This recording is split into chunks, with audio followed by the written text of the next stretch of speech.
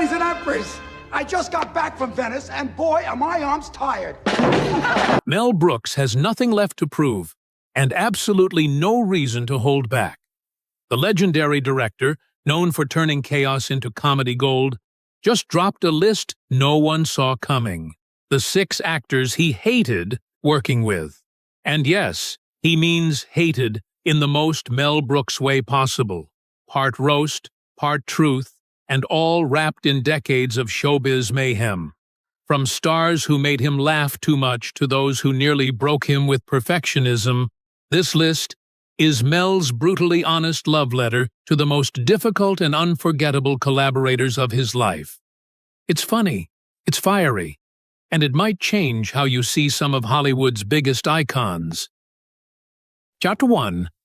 Dom DeLuise. Mel Brooks worked with a lot of talented people, but when it came to Dom DeLuise, things got tricky. Not because Dom was rude, not because he was lazy. Mel's problem was much simpler. Dom laughed. A lot. It sounds harmless, but on set, it became a serious problem. Every time someone told a joke or made a funny face, Dom would crack up. He couldn't hold it in. Even in the middle of important scenes, he would burst into laughter. Sometimes before the scene even started. Mel said directing Dom felt like babysitting. Every line had to be done 5 times, sometimes 10. Mel would yell, "Action!" and Dom would already be chuckling. They worked together on several films. Dom was in Silent Movie, History of the World Part 1, Spaceballs, and Robin Hood, Men in Tights. In every movie, the same thing happened. Dom would start laughing and ruin the take. Mel said it drove him crazy. He'd fall out of his chair, cover his face, gasp for air, like he'd just heard the funniest joke on earth, Mel once said. And the funny part? He wasn't even laughing at his own jokes. He was reacting to everyone else. Put him next to Madeline Kahn or Harvey Korman, and it was over.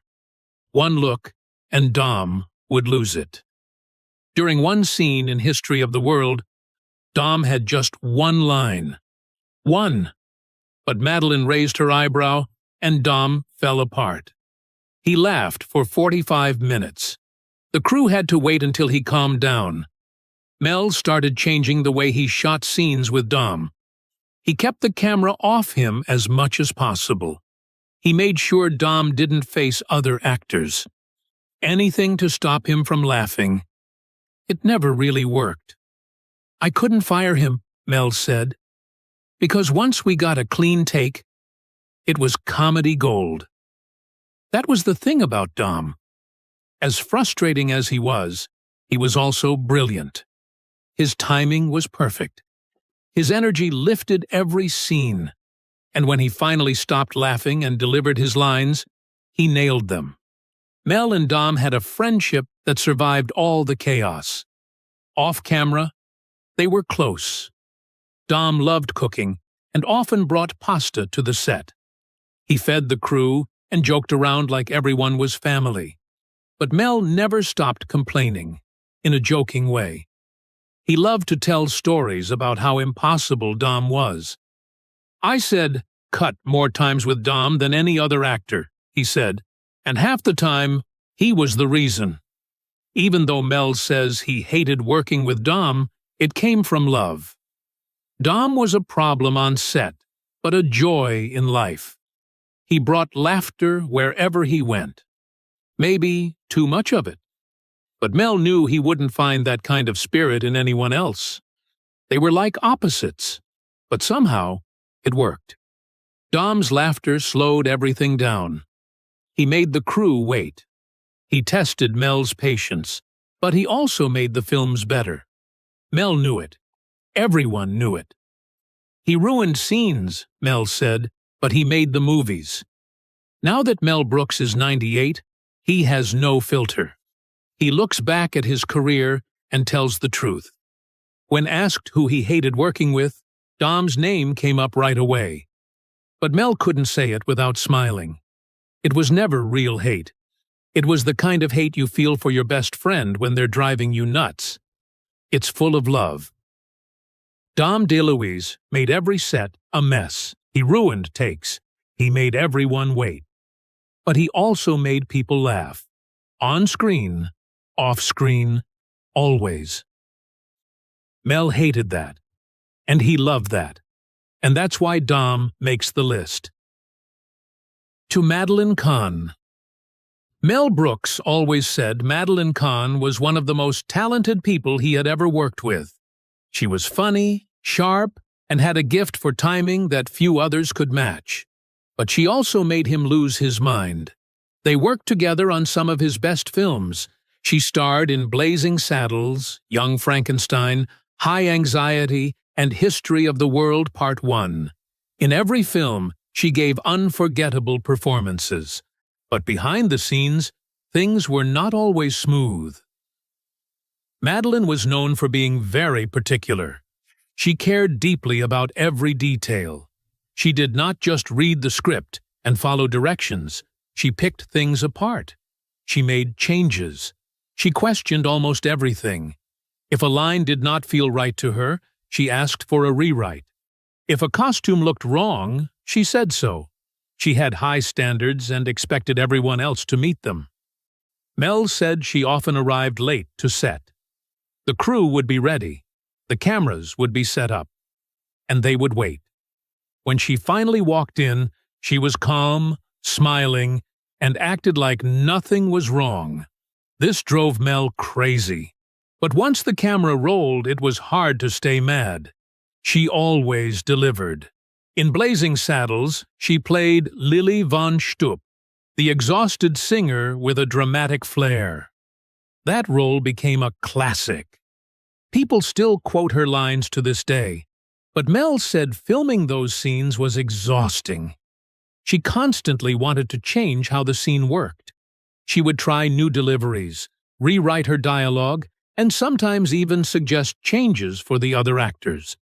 Mel often felt like he was just trying to keep up with her. He once shared that he had asked her to perform a line the same way they had rehearsed it. She replied that she had found a better way. Mel admitted that she was often right, but that did not make it easier. The same thing happened during Young Frankenstein. Madeline played Elizabeth, the dramatic and spoiled fiancée of the main character. She was perfect for the role. But the process was far from easy. She asked for more takes. She requested different camera angles. She even debated lighting choices. Mel said that she made every scene twice as hard to shoot, but also twice as good in the end. Crew members noticed it too. They often whispered that Madeline was brilliant, but intense. Mel once joked that directing her felt like trying to wrestle a cat in a rainstorm. Still, he kept casting her. That said a lot. Mel could have worked with many other actresses, but he always came back to Madeline. He knew she brought something special. Her voice, her expressions, her timing, it all added something no one else could match. Their relationship was strange. They respected each other, but they often clashed. Some days were quiet. Other days were full of arguments. Madeline wanted control. Mel wanted speed. They both wanted the best. Mel once said that she had made him rewrite a whole scene because she did not like the couch her character had to sit on. At first, he thought she was being difficult, but later he agreed she had a point. The new couch looked better on camera. He admitted that moments like that were frustrating, but also proof of her eye for detail. He also said she had a way of making everything about her character. She wanted her scenes to stand out. She wanted her voice heard. Sometimes that caused tension on set. But when the final cut came together, her choices often made the scene better. Madeline had a strong personality. She did not back down. She knew what she wanted and fought for it. That made her hard to work with, but it also made her unforgettable. Now, at 98, Mel does not sugarcoat things. He said Madeline was one of the 6 actors he hated working with, but he made it clear that the hate came from frustration, not dislike. He said she pushed him too hard. made his job twice as difficult, but gave him results no one else could. He remembered the chaos, the long waits, the endless debates, but he also remembered the laughs, the brilliant takes, and the scenes that still hold up after all these years. Madeline Kahn was not easy. She was demanding, late, and full of opinions, but she was also one of the best. And that is why she made the list. Not because Mel truly hated her, but because she was the kind of difficult that made everything better. 3. Gene Hackman. Mel Brooks only worked with Gene Hackman once. It was for Young Frankenstein, and even though it was just one short role, it left a strong impression. Gene was a great actor, but he came from a very different world. Mel said their personalities just didn't match. Hackman played the blind hermit in one of the funniest scenes in the film. The part was short, but it became one of the most famous moments. It was filled with slapstick, timing, and awkward kindness. The scene made people laugh for years, but according to Mel, filming it wasn't nearly as fun. Hackman was known for his serious roles. He had already won an Oscar. He had a strong, dramatic style. He prepared a lot. He took direction seriously. And he expected everyone else to treat the work with the same focus. That clashed with Mel's usual way of doing things. Mel liked to work fast. He liked loose scenes and surprise laughs. He encouraged actors to try new things on the spot. He liked energy, not perfection. But Hackman didn't like that. He wanted a clear plan. He wanted the scene to stay the same from rehearsal to final take. Mel said Hackman's tone on set was very intense. He wasn't rude. He was professional. But he did not enjoy the chaos. While Mel and the crew laughed and played around between takes, Hackman stayed focused. He did not joke much. He took his role, no matter how silly, with full seriousness. During filming, there were a few small disagreements. Hackman sometimes asked for more rehearsals. Mel felt that slowed things down. Hackman also wanted to get each shot just right, while Mel believed a little messiness made the comedy better. They both wanted the scene to work, but had different ways of getting there. Mel said he respected Hackman's work. He called him brilliant and sharp, but he also said that working with him felt like trying to play jazz with someone reading from a textbook. They had very different rhythms. Despite the tension, the scene turned out great. Hackman delivered a hilarious performance. The timing, the physical comedy, the quiet kindness in the character, it all worked. Audiences loved it. Mel admitted that even though the process was hard, the result was gold. But after Young Frankenstein, they never worked together again. Mel said it just didn't make sense to bring Hackman back into his wild world. Hackman had fun doing the part, but the loose style of Mel's sets didn't fit him. He liked control. Mel liked freedom, and both of them knew it. Mel remembered that Hackman joined the film as a favor. He had wanted to do comedy for a while and asked Gene Wilder if there was a part for him. Mel was happy to include him. He said that when Hackman first asked, he was surprised. He didn't think someone like Hackman would want to be in a goofy black-and-white comedy. But he said yes. On set, though, that seriousness came through. Mel said that while the rest of the cast joked around, Hackman stayed in character. He didn't like wasting time. He didn't enjoy retakes caused by other actors breaking into laughter. Mel laughed when he shared that Hackman gave him a look every time someone ruined a take. That look said, "Why are we doing this if no one can stay professional?" It wasn't anger. It was just a different mindset. Hackman came from drama. Mel came from comedy. Both styles worked, just not always together. He said the experience taught him something. Not all great actors fit into the same mold. Some shine in comedy. Some need precision. And some, like Hackman, brings so much intensity that it changes the entire room. The scene in Young Frankenstein is still loved today.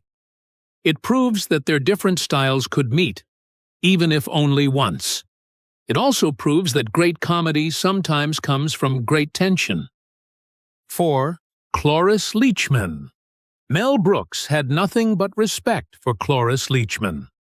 He often called her one of the finest actors he ever worked with. She was smart, skilled, and fearless on screen. But behind the scenes, she gave him more headaches than almost anyone else. They worked together on Young Frankenstein, High Anxiety, and History of the World. Part 1. Every time, she brought something powerful to the role. But she also brought arguments. Lots of them. Cloris had a strong mind. She didn't follow directions blindly. When Mel gave her notes, she didn't just nod and smile. She asked why. She challenged him. She suggested different choices. Sometimes she flat out ignored his instructions and did things her own way. That drove Mel crazy. He once said that directing Cloris was like trying to ride a killed horse. She had energy, she had focus, but she did not like being told what to do.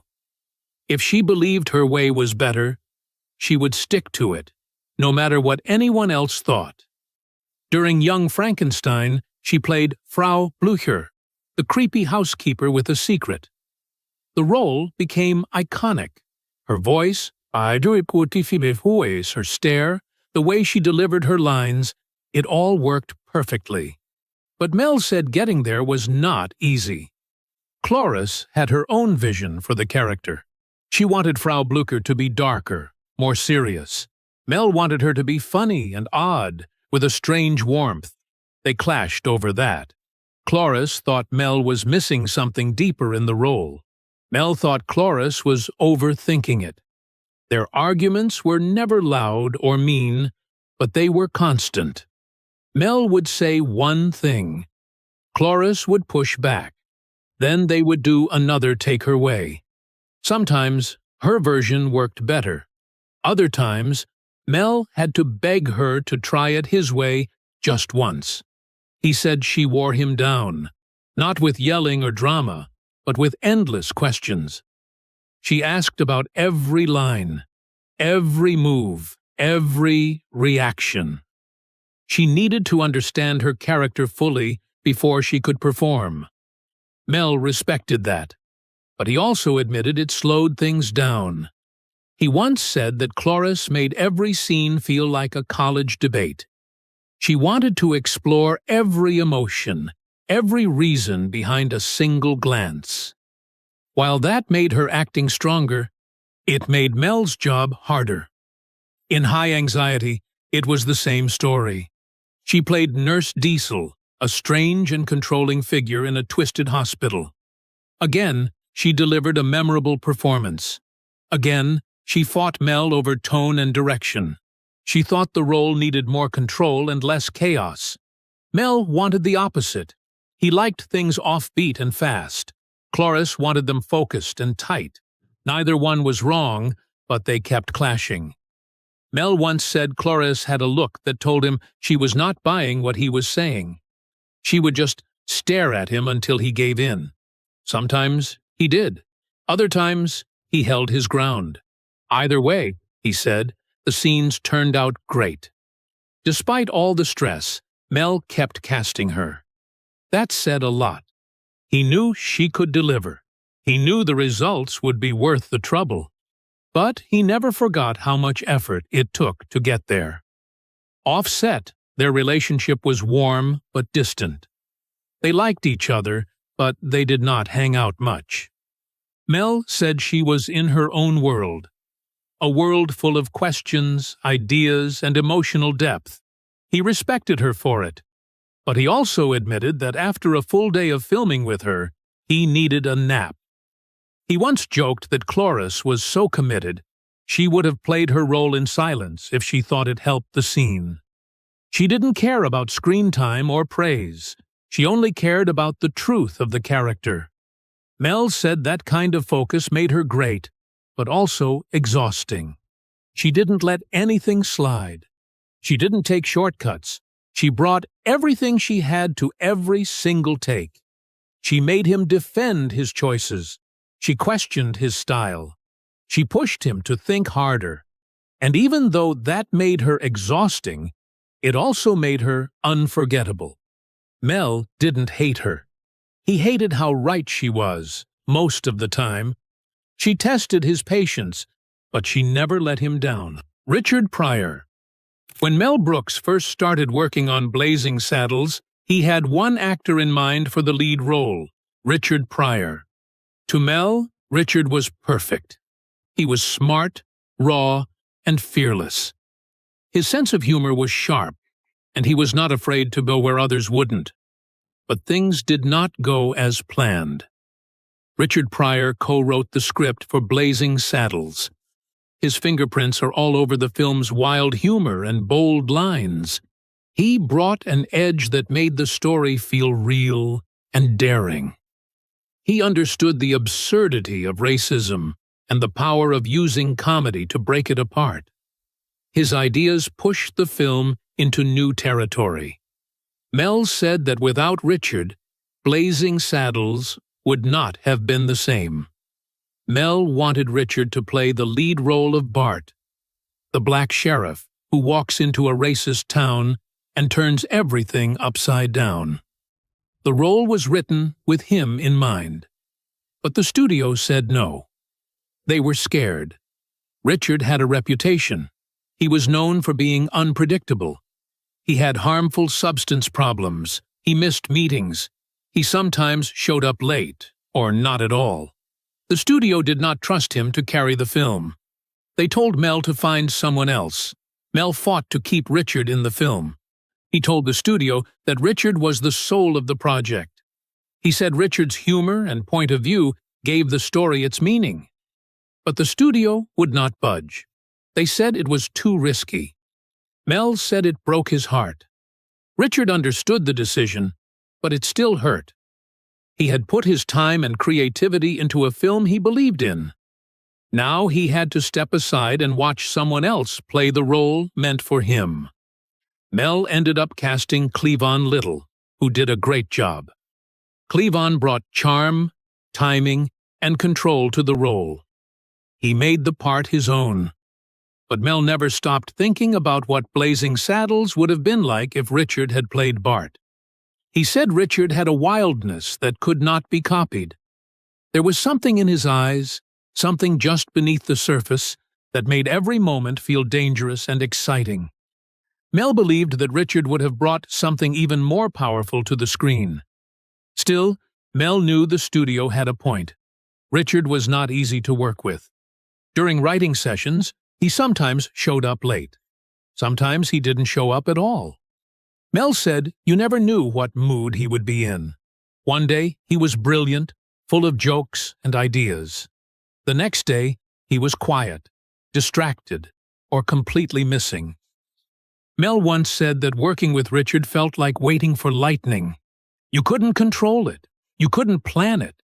But when it hit, it was unforgettable. The writing process itself was chaotic. Mel worked with a group of writers, including Richard, on the Blazing Saddles script. The room was wild. Ideas flew in every direction. People shouted, argued, and laughed until they cried. Richard brought energy and honesty that shaped the tone of the film. He helped write scenes that were bold and shocking. Mel said Richard gave the movie its bite. Despite the chaos, Mel never doubted Richard's talent. He called him one of the most gifted writers and comedians he ever met. But he also said that Richard lived in his own world. A world full of genius, but also full of pain. Richard was battling his demons during that time. His personal life was messy. His career was moving fast, and not always in a straight line. Mel wanted to help, but he also needed someone he could depend on during filming. And in the end, he could not take that risk. Losing Richard as the star was one of Mel's biggest regrets. He said that Richard's voice stayed in the film, even if his face did not. The jokes, the tone, the fearless storytelling, all of that came from Richard. But still, Mel wished he could have shared the screen with him. They stayed friends after the film. Mel never held a grudge. He respected Richard too much. He saw him as an artist, one who could not always fit into the structure of a movie set. But he also saw the damage that came with that freedom. 6. Anne Bancroft. Mel Brooks often said that the most difficult actor he ever worked with was also the one he loved the most, his wife, Anne Bancroft. She was not just a world-class actress. She was strong, sharp, and never afraid to speak her mind. And when they worked together on To Be or Not to Be, things got very real, very fast. Anne and Mel were married for over 40 years. Their love was deep and lasting. But that didn't mean they were easy on each other when the cameras rolled. In fact, working together brought out sides of them that most people never saw. To Be or Not to Be was their big project as co-stars. Mel produced and starred in it, and Anne played the female lead. The film was a remake of the 1942 classic, set during World War II. It mixed comedy, drama, and political themes. It was a bold film, and so were the arguments. Mel later said that directing Anne was harder than directing anyone else. Not because she lacked talent. She had more talent than most actors he had ever met. The problem was that she treated him like her equal, not like her director. On set, Anne didn't hold back. If she didn't like a line, she said so. If she thought a scene felt wrong, she made her case. She didn't care if Mel had written it or planned it out. She had her own ideas, and she made them known. Mel said Anne never let him get away with anything. If his direction didn't make sense, she told him right away. If he asked for more emotion in a scene, she would raise an eyebrow and ask, "What kind of emotion?" And then she'd wait, arms crossed, until he came up with a real answer. He admitted that she scared him sometimes, not because she was mean, but because she was sharp and always one step ahead. He joked that she was the only actress who made him second-guess every note he gave. They clashed often during filming. Their fights were never loud or cruel, but they were intense. Mel would ask for a certain line delivery, and Anne would argue that it wasn't true to the character. He'd want more energy, and she'd want more depth. The crew quickly learned to step back when the two of them got into it. But despite all that tension, the scenes turned out beautifully. Anne brought a strength and elegance to her role that lifted the entire film. Her timing, her expressions, and her chemistry with Mel made the story work. Mel said that Anne had an uncanny ability to find the truth in every line. Even when the dialogue was silly, she made it feel grounded. She didn't play for laughs, she played for honesty. And that honesty often made the funny parts even better. Off-set, things cooled down. They didn't carry their arguments home. Mel once said that as soon as they left the studio, they became a married couple again. He would make her tea. She would ask about his day. But once they stepped back onto set, it was game on. Mel liked to joke about how difficult she was. He called her the toughest actress he ever directed. He also said she was the most beautiful, the most brilliant, and the one who could break him with a single sentence. He told stories about how she would read a line he had written, look at him and say, "Really?" And then she'd give him a look that made him doubt every word. But then she'd rewrite it in her head and say it perfectly. Every time. Anne pushed Mel to be better. She challenged him in ways no one else could. And while that made filming hard, it also made the movie stronger. Their work on To Be or Not to Be may have been full of tension, but it also showed how much trust they had in each other. Mel knew Anne wasn't trying to take control. She just wanted the film to be the best it could be. And Mel wanted the same thing. When Mel Brooks says he hated working with certain actors, he's not being cruel. He's being Mel. It's not hate in the real sense. It's more like the kind of frustration that comes from working with people who are so good, they drive you crazy. Mel built his career on creative chaos. He never wanted quiet, controlled sets. He thrived in madness, in scenes that took wild turns, and actors who brought raw, unpredictable energy. The people on his hate list were the ones who pushed him the hardest. They questioned his choices, ruined takes, showed up late, or argued over lines, but they also gave him unforgettable performances. Take Dom DeLuise, who couldn't stop laughing, or Madeline Kahn, who challenged every script page. Cloris Leachman argued about every detail. Gene Hackman took everything too seriously. Richard Pryor nearly became the lead, but brought genius to the writing room. And Anne Bancroft, his wife, never let him win an argument on set. These weren't clashes between enemies. They were the growing pains of great collaborations. Mel didn't hate these actors. He respected them. He admired them. And in many cases, he loved them. But they made his job harder. They pushed back, and that push made the work better.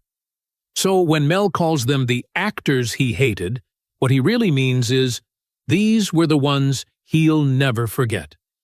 They left a mark. They helped him make comedy history. Which actor on this list surprised you most?